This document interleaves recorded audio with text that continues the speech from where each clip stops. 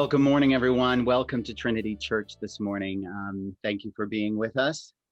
It is my great pleasure today to have this conversation about theological education in the life of the Episcopal Church. And I'm joined by friends, clergy, and leaders of theological education in the Episcopal Church and here in our diocese. And I want them to introduce themselves. First, I want to introduce well known to us, Sam Faeth.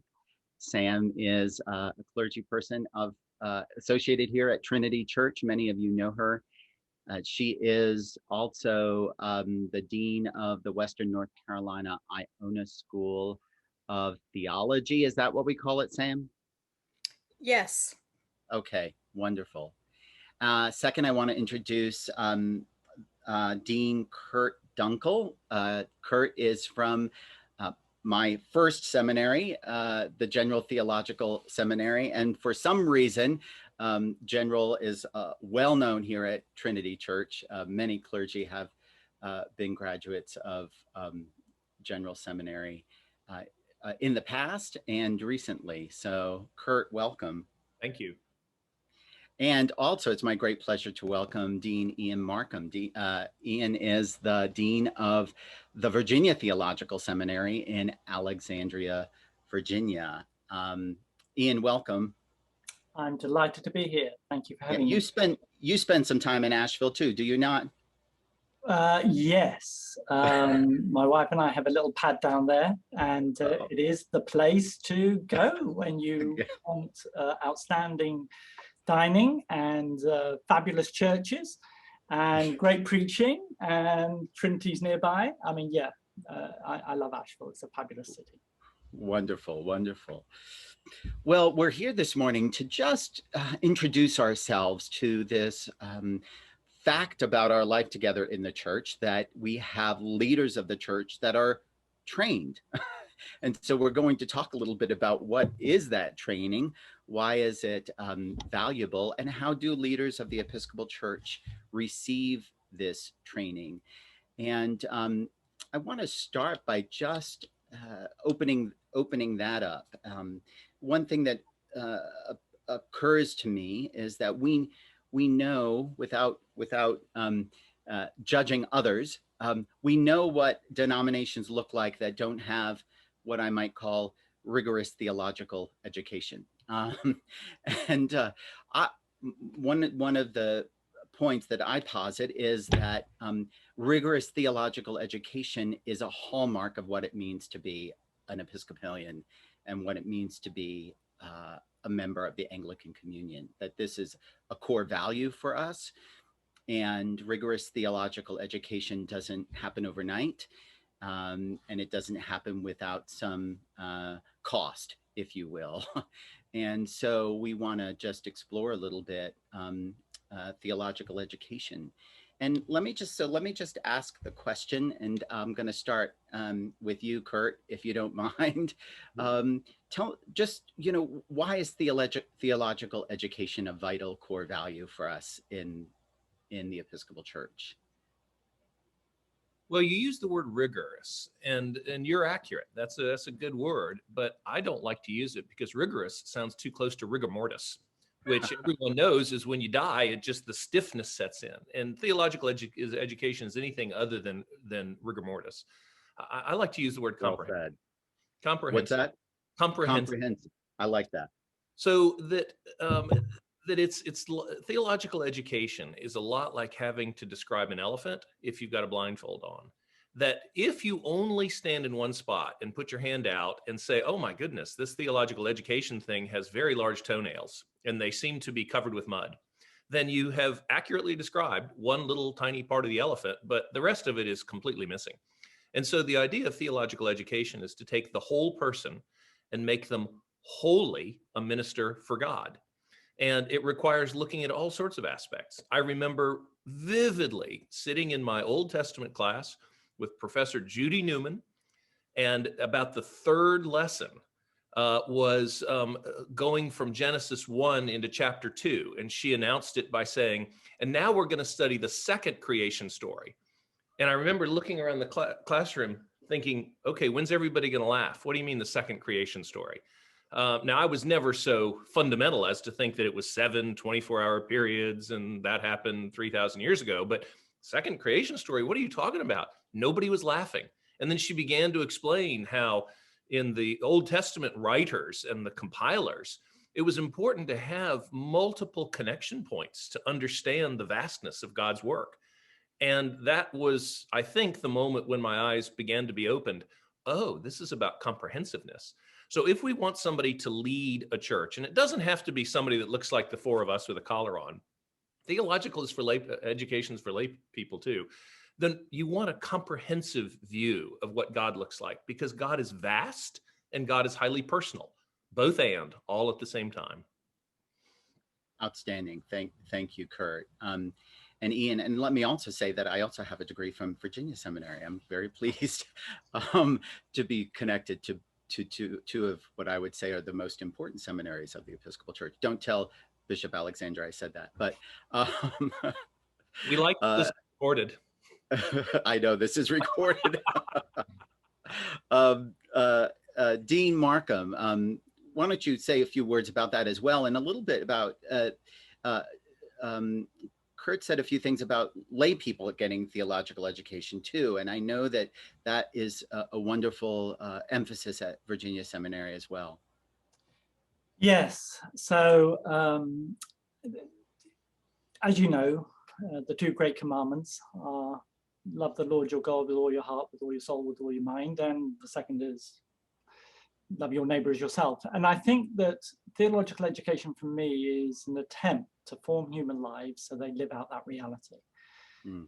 And when you love the Lord your God with all your heart and with all your mind, that means that, you know, you need to be formed in such a way that habits take over your life to ensure that the reality of God is ever present in that life.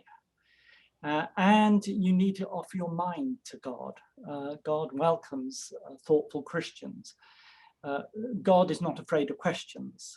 God is not fearful of disagreement or frustration or anger. I mean, that's the beauty of the Psalms. Every single pulsating human emotion is found in Psalms.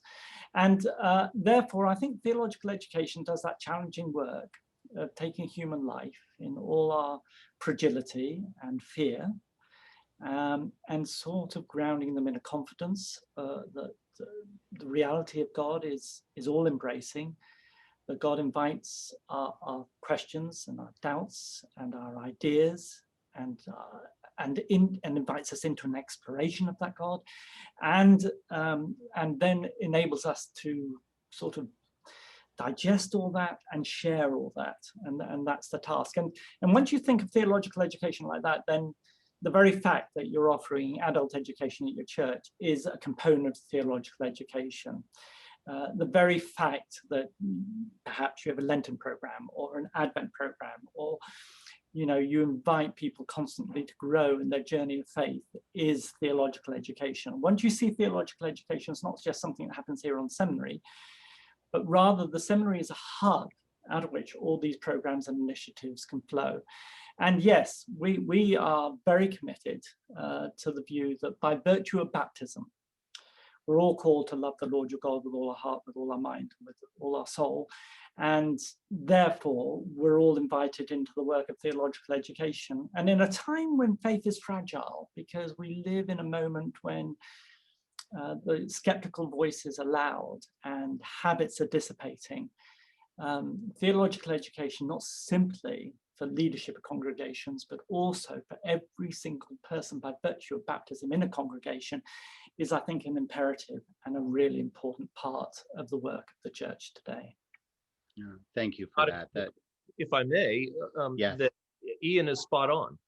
And if you want to see where it's gone wrong, just look back in history, 1,500 years, 1,000 years, 500 years. Back in the year around 500, a man named Jerome decided that the church should not be the exclusive holder of God's wisdom written in the Bible. So he translated the Greek and the Hebrew into Latin, which was the vernacular of the day. That worked well for about 1,000 years until the church really decided that it would own this yet again because it was losing power. the people that look like the four of us. When we're the exclusive providers of interpretation of the truth, then we can manipulate it all we want. And so the 1500s, hence the Reformation, and it's been unfolding ever since. The importance of lay theological education, of lay folks, of the ordinary folks and the extraordinary folks of the world, understanding what the entire elephant looks like. If everybody did, we would not have any church controversies, not because we would all know the truth, but because we would all know the big T truth. And that propels a lot of life. When we don't know the big T truth, that's when controversy sets in and really gnaws at our bones and destroys our DNA. General, and I have learned, Virginia also, we are committed not just to providing leaders for the church that look like the four of us, but for leading the church so that everybody, all Christians walking around, they have walking around sense about God, Jesus, and the Holy Spirit. Thank you. That is like so on the money, if you to stay. I mean, this is one of the emphases, I think, as Sam knows, that we've continued to do here at Trinity, because I think, as you say that, Kurt, you know, when we all know, I mean, one way to say is when we all know the facts, when we all know the I mean, the capital T truth is much more important than facts, but then we can all be in the same space of prayer and mission and life together. Let me just ask Sam to say a few words about this in terms of the way that the Iona School serves our community. I do want to piggyback first on both what Dean Dunkle and Dean Markham have said. Two of the most valuable things that I walked out of Virginia Seminary with 25 years ago was a body of knowledge that had been conveyed to me carefully, faithfully, a familiarity with what it means to be one of those people of the way, as the early church was, and a hunger, and as much as I had been able to absorb in those 3 wonderful years in Alexandria, I had a deep hunger for lifelong learning. I was very unpolished and unfinished, and Lord have mercy on the seminary graduate who imagines themselves to pop out of their graduation ceremony as a finished product. Life and ministry and God have their way of humbling us when we need it the most. But Virginia Seminary made me into a lifelong learner. And I have throughout my ministry, that has been really one of the focuses, is sharing that passion for everyone I encountered, whether it was in parish or whether it's in a more formal academic setting like the Iona School. For us to want to know God more, want to know the marvel of our history, to want to understand whether this is your first time in an Episcopal pew or you've been there all your life, the treasures that are in the Book of Common Prayer, the theology that infuses our hymnal. Someday, Scott, I think we have to do a theology of the hymnal series. It just, there is so much to learn. Western North Carolina, in all its beauty, poses challenges sometimes for accessibility to ministry. There are churches in out of the way places that do not receive the sacraments of the church every week. We were remarking a little while ago how many priests love to retire to Western North Carolina, there are underserved populations in this diocese, and that is true throughout the Episcopal Church. A number of years ago, the Seminary of the Southwest partnered with the Diocese of Texas, who already had done a lot of work on building curriculum for local theological formation.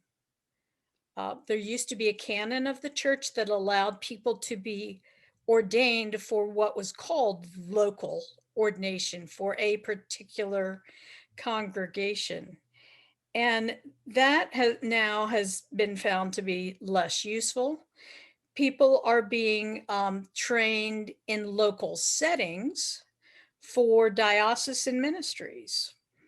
So in Western North Carolina, the Iona School is a 3-year program, comprehensive, and I will say rigorous, of preparation for bivocational priests who have a full-time job and are also called to priestly ministry, and for vocational deacons.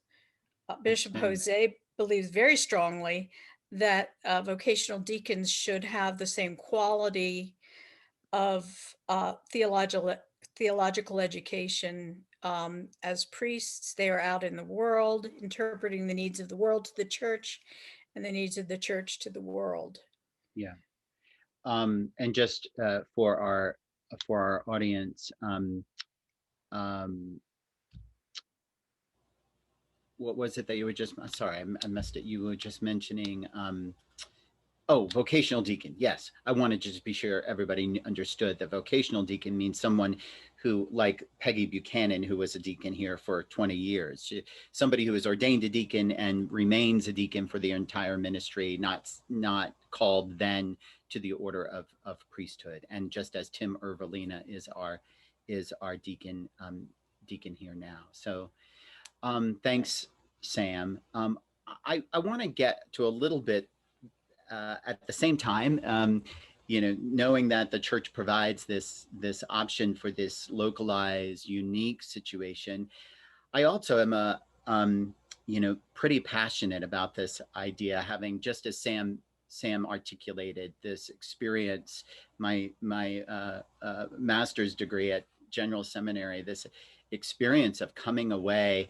I can remember, just like you, Kurt, being in Dr. Corney's Old Testament class and just being like, I'm not sure I've ever read the Bible before when he started talking.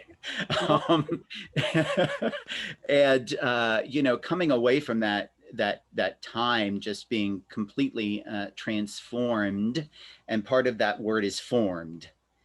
And so Dean Markham and Dean Dunkle, if you would say just a few things about, first of all, for those who for whom this is not information, the traditional, you might say, seminary education in the Episcopal Church is you actually go to a seminary and you are there for 3 years in community. And it's a 3-year process of living with others in that experience, and coming away with your degree, from which then you are ordained by your diocese. So I'm curious about what is so vital about formation and what that means to you, and why it is so essential to theological education in the Episcopal Church. As you all know, I don't know if I asked everybody at Trinity Church to raise their hand and say how many grew up in the Episcopal Church, I don't think a quarter of the congregation would raise their hand. I'm sure it's the same way at General and at Virginia with students coming to the seminary. So tell me a little bit in your own words about why formation is so vital. Now, I always tend to defer to my older brother in Christ, Dean Dunkle. So, Kurt, would you like to take a lead on that one? Well, I'd be glad to, and then I'll turn it over to my smarter and wiser brother. So, let's handle it that way. So, if anybody who's been around me for very long at all, they know that I have a broken record statement about this, and it requires hand movements, so I need to get on the screen. There are Please. two things we do at General Seminary. That's all, two things: education, formation. They have to be roughly in balance, and they have to be integrated. If you have education without formation, you will spit out a useless egghead for the church. If you have formation without education, then you'll have somebody that is completely in love with Jesus and no way to do anything about it. So those things are really important together. That what we do, education is almost self-evident. We create data and information and turn it into knowledge. That's a really important part of what I call comprehensive theological education rather than rigorous. The formation is a little more difficult to explain. And so I'll use a visual example. When I was 8 years old, second or third grade, my parents gave me something called, this is in the late 60s, something called the Johnny Gem Maker. And it was a plastic jar that looked like a mayonnaise jar that you could then pour in various grits of sand. And this kit had rocks, I mean, literally rocks. And so you would put the rocks in the mayonnaise jar with the sand and seal it up and put it on this device that then began to rotate it. And it was so loud that you had to put it in the garage because my mom wouldn't let it be in the house. And whether you took it out 2 days, 3 days, 5 days, 7 days later, the stones had worn down to be more polished. Seminary is Johnny Gem Maker. That the longer you stay in the mayonnaise jar with more sand, which are your fellow classmates and the rest of the church, and the longer it happens, and by the way, seminary has to happen in the proverbial garage because you don't want to watch that process, then the edges are worn off people. And it's not just about getting along with folks, it's about what those edges represent. The edges represented Kurt Dunkle's fundamental thinking that, oh yeah, there's one creation story and God created the world and that's that. And the third day of class, when Judy told me that it was a two-part story, that one of those little edges wore off. So education, formation, roughly in balance, and they got to be integrated. Yeah, that's nicely put, Kurt. And I just want to put it in start a much more articulate way now because you're my smarter and wiser brother. I'm just a humble servant of the gospel, brother. But actually, I want to start where Sam started. Sam's mused on her experience at Virginia Theological Seminary, and Sam will remember that the mantra of the place was class, chapel, lunch. So, you know, that is the work of formation. You know, class is that work. We're a graduate school. We aspire to have outstanding instructors who can take people into the depth of the tradition so they actually live in the tradition, understand that tradition, inhabit that tradition, and speak out of that tradition. That's the work of class. Chapel, you know, at the front of a congregation in a leadership role, you need people of authenticity. You need people who've learned the habit of spending time daily with God and how precious that habit is. And when you don't do it, there's a gap in your day. And that's the purpose of chapel. It's the daily act of corporate worship that we require every seminarian to participate in. And then lunch, you know, that's the space of table fellowship. That's the edges of being rubbed off in conversation with the church in all its difference, in all its difference and all its diversity, from overseas, from across this country, from liberal to conservative. You know, the whole spectrum works on a human life to make them a person who can radiate the love of Jesus Christ to others. And what we aspire to do is create leaders of congregations that have that authenticity. So when they talk about prayer, you know that it comes out of a place of prayer. When they talk about inviting us to be disciples of Jesus Christ, you know that they've done the hard work in their own lives, striving to be a disciple of Jesus Christ. And that work of authenticity encounters all the challenges every Christian has to challenge, like sin. You know, the temptation constantly is to be not that. And therefore seminary is that sort of space where we really do work. We invite the Holy Spirit to do the hard work of, to use that biblical image of the potter molding the clay, and enabling us to be molded by God to be an authentic witness to the gospel we believe is true about the nature of God and the nature of the world that we're called to serve in. I thank you so much. I found this I find this powerful and kind of core central to everything we're talking about, because as you're talking, Kurt? Yeah, just before you go on to another subject, I'd love to ask No. Ian to reflect on, and I'll give my own also. I mean, we use different words, but that sort of chapel lunch classroom is exactly the rhythm of general. And interesting classroom, it's now February of 2021 when we're having this conversation, and it's been almost exactly a calendar year since we've been able to have the lunch option in a wide way. And what I've noticed on our campus and with our students is that small matters are becoming much larger, because there is not that opportunity for social intercourse and for the rubbing up against and for the sharing, as you so beautifully put it, Ian, for understanding that there are lots of worldviews of people coming together. And I was surprised. I knew it would have some little effect, but I've been surprised at how significant not being able to come together in large groups and have lunch together day in and day out and just find your place at a table where you're sitting with somebody that's a big surprise, not your buddies of, 7th grade. Do you have any reflections on what's going on at Virginia about that? Yeah, no, I think what you've identified is true. I mean, one thing both General and Virginia specialize in is presence and proximity. So yeah, there are all sorts of things we can do through Zoom. And certainly as a vehicle for education, it can be very effective. But there is a difference between the Zoom experience and the experience of sitting with somebody, touching somebody's hand, praying with them, looking into their soul as they look into yours, sharing that depth and intimacy that comes by opening oneself up to another. And that's very much the work of formation. I'm having my spiritual direction sessions on Zoom just at the minute, and I get away with more. And it's because it's just different. So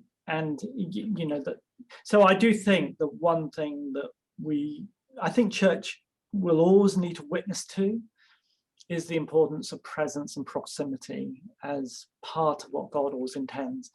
And I'm sure that Sam finds imaginative ways of doing that in the Iona school, and I'm sure congregations are finding imaginative ways of doing that in this season of pandemic. But you're also right that the insignificant becomes more significant because all the natural mechanisms of communication are not available.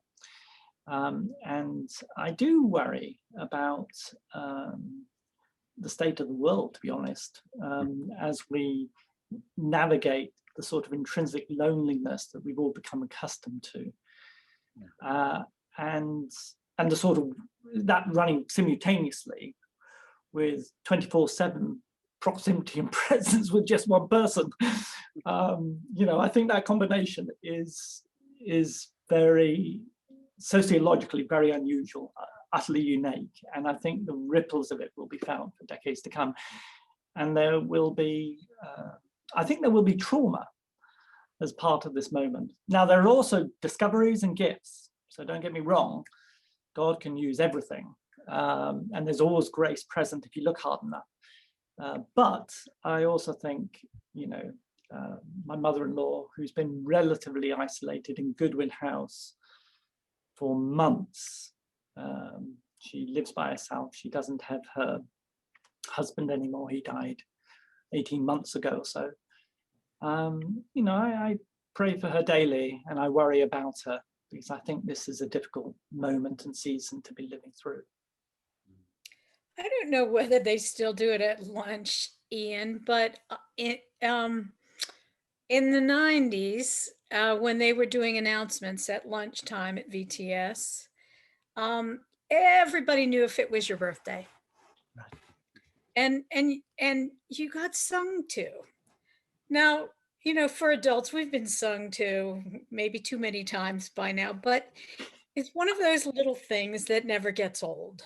Right. And Scott will know that a clergy person at Trinity had one of the big birthdays last week, and he is on the faculty. He's our preaching professor at Iona, and we got on and we did sing to him, but it wasn't the same. I couldn't. I thought and thought and thought, and I thought putting on silly hats isn't going to make this right. Singing will help a little bit. But these life occasions that you share in community that are not churchy experiences, but are human and connective, and worries. I remember Dean Martha Horn commiserating with me when one of my children had chicken pox when I was in seminary. You know, and it was formative in a way that I can't explain, that she said to me, "Don't worry, Sam, one of my boys had chicken pox when I was in seminary." That's not a churchy thing. It's a pastoral thing. Yeah. But it's two humans connecting, which is so much of, this is how Christians evangelize in this world, is one human being connecting to another human being for their birthday, for chicken pox, for a hot pot of chicken soup, or sharing a really good book on Cranmer, if that floats your boat. Well, thank you, Sam. I don't want to leave this opportunity without just alluding to this conversation about formation as, well, first, two things. One, I do think, Dean Markham, you're right, that there's going to be years of kind of discovering what we've learned during this COVID time, in terms of what one of the questions we're going to be posing here at Trinity is like, what do we not want to leave behind, and what do we never want to do again? And it'll take some time to really figure those things out. And I do think the word trauma is it, just as in any trauma in life, it takes time to figure out how it's affected you. That will be true as well. But I also want to reflect on this idea of formation, that this is going on here in our parish as well. It's going on at the parish level, as well as Kurt, as you've said, you know, it roughens, it smooths out the edges. I mean, this is why we are in Bible study together. This is why we worship together. This is why we come together, because we are part of a process of learning and growing together as well. We're running out of time, but I do, there's really not much time, but I just want to mention that, you know, there is a growing conversation of collaboration at both General Seminary and Virginia Seminary. And as a graduate of both institutions, I just want to say that it's a joy. These are the two oldest, again, most prominent theological education institutions in the Episcopal Church. And they're you can see in the way that both Dean Dunkle and Dean Markham communicate and work together, just in this Zoom, of the possibilities for the church in that partnership and collaboration, for which I'm very grateful and thankful for that conversation. Well, I just want to say thank you for this. I think we've spent some time looking at how we form leaders in the church, both ordained and lay, how it's going on around the wider church, and even how it's going on here in Western North Carolina. And before I leave, just to remind Trinitarians, Sam, that so there's you and Ed Blanett and Connie Wilson here at Trinity, and David Henson are all part of contributing to the Iona School. Isn't that correct? That is correct. So we have a part of that whole process. So, well, good. Thank you once again. God bless you all. Thank you for being part of this time. Take care.